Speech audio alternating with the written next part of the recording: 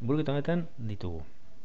Oliba zaitzileen launago talde batek 4 orduko lana egin du goizian olibadian. Eta egindako lana hauze markatuko dugu. Bai? Goizian 4 pertsona 4 ordutan. Bueno. Arratzaldean beste 4 pertsona gehiago etorri dira, beste 4 biltzaile gehiago etorri dira, beraz, eta dene batera 4 orduko lana egin dute.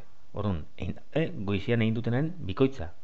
Ze 8 biltzaile badaoz, 4 laguneko talde batek baino doble eingo dago. Beraz, arratzaldean egin dabe goizian egindako bikoitza. Orduan, ditugu 3 zati hauek, bale?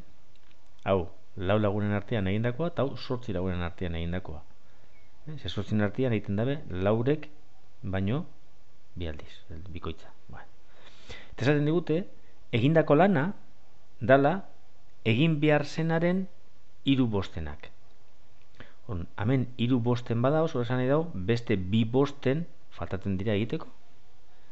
Eta gero, bosten bakoitzak da 4 biltzaileek 4 ordutan egituten lana.